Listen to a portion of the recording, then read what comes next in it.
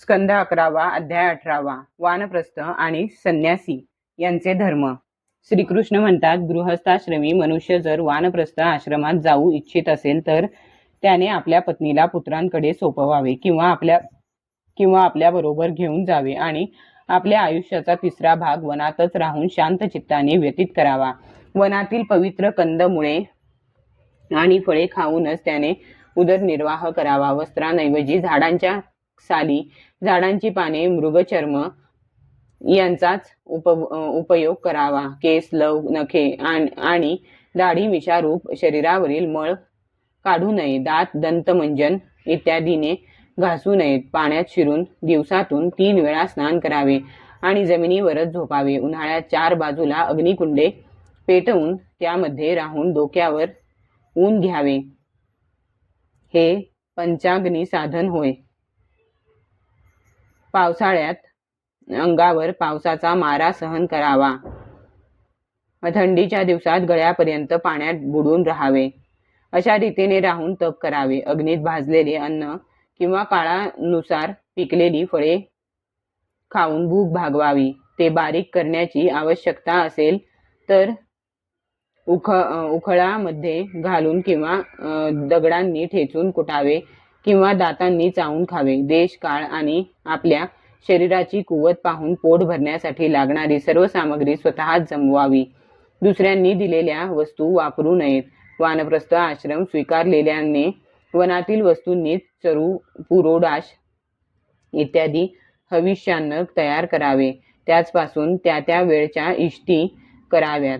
वेदविहित पशुबलीने माझे यजन करू नये. वानप्रस्थाश्रमीयांसाठी वेदवेत्यांनी अग्निहोत्र, दर्श, पूर्णमास तसेच चातुर्मास्य इत्यादी गृहस्थाश्रमाप्रमाणेच करावेत असे सांगितले आहे. अशा प्रकारे तपाचे आचरण करीत कृश झालेला मुनी तपोमूर्ती स्वरूप माझी आराधना करून प्रथम ऋषी लोकात जातो व नंतर तेथून माझ्या लोकी येतो. जो मनुष्य अतिशय कष्टाने केलेली व मोक्ष देणारी ही महान तपश्चर्या क्षुद्र फळांच्या प्राप्तीसाठी करतो, त्याच्या इतका मूर्ख कोण असेल बरे. जेव्हा वानप्रस्थाश्रमी आपल्या आश्रमाच्या नियमांचे पालन करण्यास असमर्थ होतो, म्हातारपणामुळे त्याचे शरीर थरथर कापू लागते, तेव्हा भावनेने अंतःकरणात यज्ञाच्या अग्नींची स्थापना करावी आणि आपले मन माझे ठिकाणी लावून अग्नीत प्रवेश करावा. कर्माचे फळ म्हणून जे लोक प्राप्त होतात ते नरकाप्रमाणे दुःखरूप आहेत असे वाटून जर पूर्ण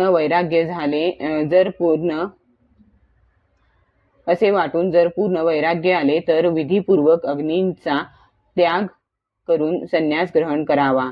ज्याला संन्यास घ्यावयाचा असेल त्याने शास्त्रानुसार मला उद्देशून यज्ञ करावा.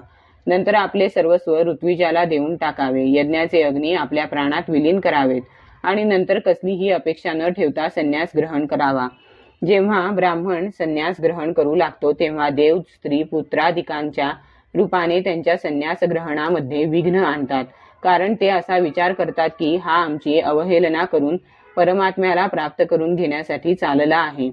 संन्याशाने वस्त्र धारण केलेस तर फक्त लंगोटी व त्यावर एक लहानशी छाटी असावी.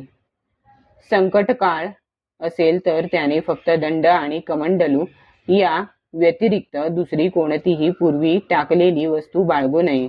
डोळ्यांनी पाहून जमिनीवर पाऊल टाकावे. पाणी वस्त्राने गाळून प्यावे. सत्याने पवित्र अशीच वाणी उच्चारावी आणि मनाला पवित्र वाटेल असेच आचरण करावे. उद्धवा, वाणीचा मौन, शरीराचा काम्य कर्म त्याग आणि मनाचा प्राणायाम हे दंड होत. ज्याच्याजवळ हे तिन्ही दंड नाहीत तो केवळ बांबूचे दंड घेऊन संन्यासी होत नाही. संन्याशाने निंदित आणि पतित सोडून 4ही वर्णांकडून भिक्षा स्वीकारावी. प्रथम न ठरवता फक्त 7 घरातून भिक्षा स्वीकारावी. भिक्षेमध्ये जे काही मिळेल त्यात संतुष्ट असावे. अशा प्रकारे भिक्षा घेऊन गावाबाहेर जलाशयावर जावे. तेथे हातपाय धुवून पाण्याने प्रोक्षण करून भिक्षा पवित्र करावी. नंतर शास्त्रोक्त पद्धतीने भिक्षेचे भाग ज्यांना त्यांना देऊन जे शिल्लक राहील ते मौन धारण करून सर्व खावे. संन्याशाने सगळीकडे एकट्यानेच फिरावे. कोठेही आसक्ती ठेवू नये. इंद्रिये ताब्यात ठेवावीत. आत्म्याशीच खेळावे. आत्मप्रेमातच तन्मय असावे. प्रतिकूल परिस्थितीतही धैर्याने वागावे आणि परमात्म्याला सगळीकडे समदृष्टीने पाहत राहावे. संन्याशाने निर्जन पण निर्भय अशा एकांतात राहावे. माझ्यावरील प्रेमाने त्याचे हृदय विशुद्ध असावे. त्याने स्वतःला माझ्यापासून अभिन्न समजावे. त्याने आपल्या ज्ञाननिष्ठेने चित्ताचे बंधन आणि मोक्ष यासंबंधी विचार करावा व असा निश्चय करावा की विषयोपभोगासाठी इंद्रियांचे चंचल होणे हे बंधन आहे आणि त्यांना नियंत्रणाखाली ठेवणे हाच मोक्ष होय. म्हणून संन्याशाने मन आणि पाचही इंद्रिये यांना जिंकावे. भोग हे क्षुद्र आहेत असे समजून त्यांच्याबाबत विन्मुख असावे आणि आत्म्यातच परम आनंदाचा अनुभव घ्यावा. अशा प्रकारे माझ्याशी एकरूप होऊन राहावे. पवित्र देश, नद्या, पर्वत, वने आणि आश्रमांनी परिपूर्ण अशा पृथ्वीवर फिरत राहावे.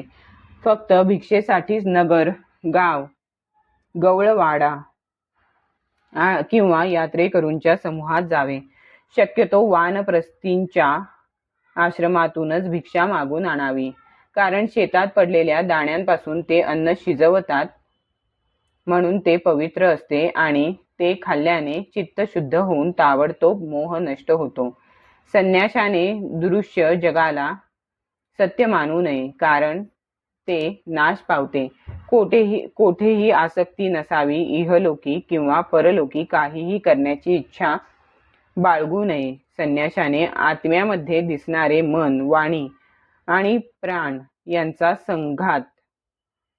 संघात असलेले हे जग म्हणजे माया आहे असा निश्चय करून त्याचा त्याग करावा व आत्मस्वरूपात स्थिर राहून त्याचे कधीही स्मरण करू नये.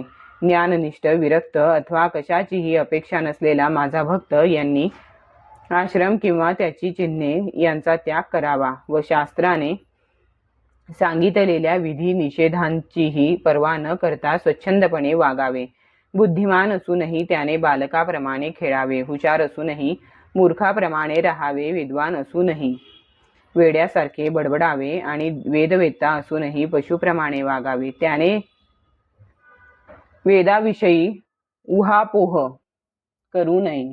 पाखंडी नसावे. तर्कवितर्क करू नये आणि कोरड्या वादविवादात कोणाचीही बाजू घेऊ नये. त्याने धैर्यवान असावे. त्यामुळे कोणाचाही त्याला त्रास वाटणार नाही आणि तोही कोणाला त्रास देणार नाही. एखाद्याने त्याची निंदा केली तरी त्याने ती प्रसन्न मनाने सहन करावी. कोणाचाही अपमान करू नये.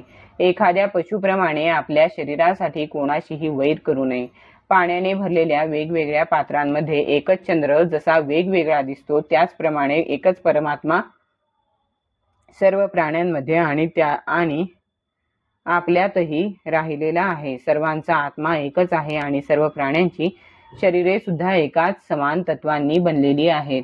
म्हणून त्यांमध्ये मूलद्रव्य सुद्धा एकच आहे असा विचार करावा. संन्याशाने एखादे दिवशी भोजन मिळाले नाही तरी दुःखी होऊ नये किंवा मिळाले तरी हर्ष मानू नये. त्याने धैर्य धरून भोजन मिळणे अगर न मिळणे हे प्रारब्धाच्या अधीन आहे असे समजावे.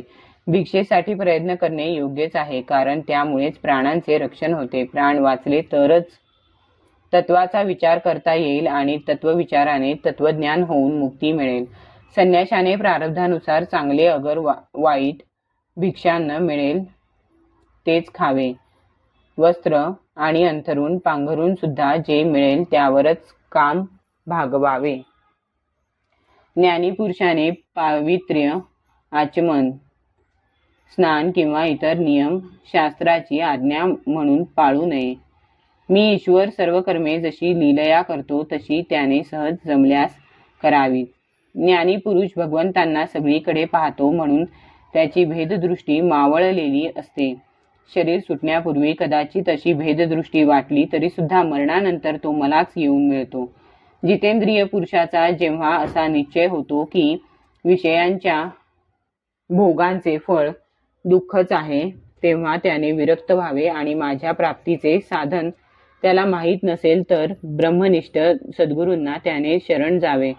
श्रद्धावान व गुरूंचे दोष न पाहणाऱ्या गुरुभक्त शिष्याने जोपर्यंत ब्रह्मज्ञान होत नाही तोपर्यंत मलाच गुरूंच्या रूपामध्ये पाहून त्यांची आदराने सेवा करावी. परंतु ज्याने 5 इंद्रिये आणि मन या 6 विजय मिळविला नाही त्याचे परंतु ज्याने 5 इंद्रिये आणि मन या 6 विजय मिळविला नाही, ज्याचे इंद्रिय रूपी घोडे आणि बुद्धिरूपी सारथी हे दोघेही बिघडलेले आहेत, तसेच ज्याच्या हृदयात ज्ञान व वैराग्य नाही, तो जर त्रिदंडी संन्यासाचा वेश धारण करून आपले पोट भरत असेल तर तो संन्यास धर्माचा नाशच करीत आहे असे समजावे. शिवाय तो देवांना, स्वतःला आणि आपल्या हृदयात असलेल्या मला फसविण्याचा प्रयत्न करीत असतो. त्याच्या वासना नष्ट झालेल्या नसतात म्हणून इहलोक आणि परलोक अशा दोन्ही लोकांना तो गमावून बसतो. संन्याशाने मुख्य धर्म शांती आणि अहिंसा, वानप्रस्थाचे मुख्य धर्म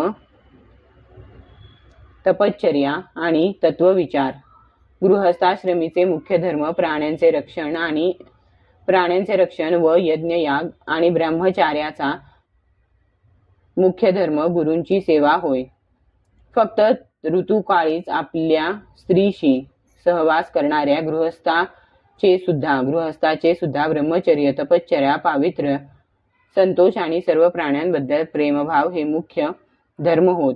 माझी उपासना तर सर्वांनीच केली पाहिजे. अशा प्रकारे जो अनन्य भावाने आपल्या वर्णाश्रम धर्माच्या द्वारा माझ्या सेवेत तत्पर असतो आणि सर्व प्राण्यांच्या ठिकाणी माझीच भावना करतो, त्याला माझी दृढ भक्ती प्राप्त होते. उद्धवा, सर्व लोकांचा स्वामी, सर्वांची उत्पत्ती आणि प्रलयांचे परम कारण ब्रह्म अशा मला तो अखंड भक्तीच्या द्वारा प्राप्त करून घेतो. अशा प्रकारे तो गृहस्थ आपल्या धर्माचे पालन करून आपले अंतःकरण चांगल्या तऱ्हेने शुद्ध करून माझे स्वरूप जाणतो आणि ज्ञान विज्ञानाने संपन्न होऊन लवकरच मला प्राप्त करून घेतो. मी तुला हा वर्णाश्रमांचे पालन करणाऱ्यांचा आचार धर्म सांगितला आहे. हे करताना जर तो माझ्या भक्तीने संपन्न असेल तर त्याला खात्रीने मोक्षाची प्राप्ती होते. हे उद्धवा, तू मला जो प्रश्न विचारला होतास त्याचे उत्तर मी दिले आणि आपल्या धर्माचे पालन करणारा भक्त परब्रह्मस्वरूप अशा मला कशा रीतीने प्राप्त होतो तेही सांगितले. अध्याय 18 समाप्त.